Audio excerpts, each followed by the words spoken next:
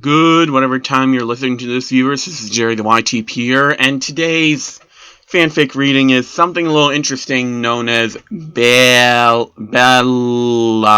by LithiumDeuteride. LithiumDeuteride actually happens to be a close friend of mine. I won't disclose his name, but if he wishes to do so in the comment section below, he can go right ahead. But the synopsis, according to fanfiction.net, Edward must leave Bella's side to go on an important mission, so this is a Twilight fiction. Things go downhill from there, inspired by 30 H's. Oh yeah, this is going to be top tier. Okay, so let us begin. Bellla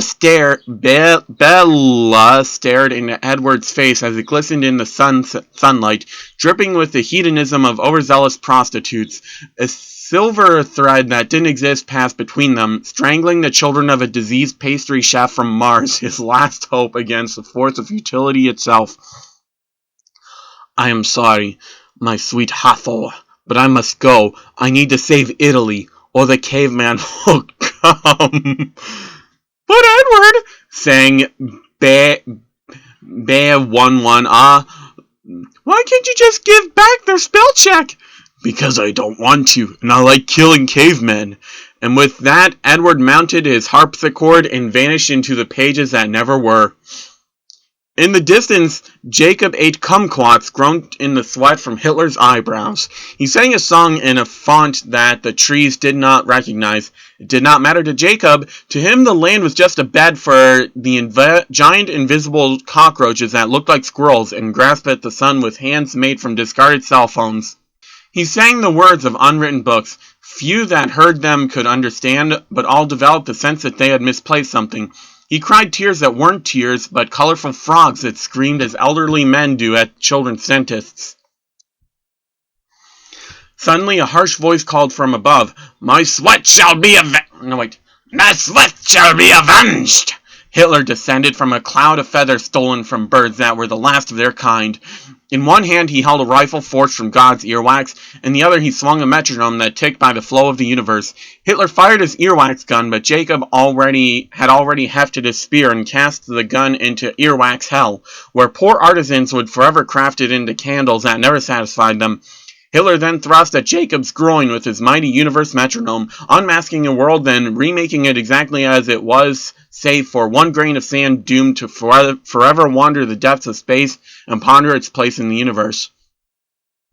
With a fierce cry that brought forth memories of man's folly, Edward rode in on his harpsichord and drew from the bowels of senescence a sword whose might made angels incontinent. He smote a giggling arc of unholy light across Hitler's neck. The blow killed a mountain to death and curdled the left side of the ocean. The moon gazed as if it had just ordered coffee when it didn't like coffee. Jacob stood before Edward, drenched in Hitler sweat. Thank you for saving me, he said. Now I can grow more kumquats. I warned you not to eat those, said Edward, his eyes swirling with hellish galaxies. Gaining from the sweat of Hitler will only invoke his wrath. But you killed him. After this I won't have any kumquats. Jacob glanced down at Hitler's anti-Semitic ashes. Nay, I have not killed him. If I killed him, that would make him dead, and you can't kill a dead person. I can handle Hitler. I must have my kumquats. You will not bring them near vertical bar, la. Then try to get in her sandwiches. She hates kumquats. Then you shall die! Jacob swung his spear with orgasmic fury, but Edward parried with his sword. The meeting of the two weapons created a wave that shot into space, shattering a planet of warlike koalas, sending its residents screaming into a void beyond comprehension. The spear cracked and split into 0 pieces. Edward then thrust his sword deep into Jacob's wolfness.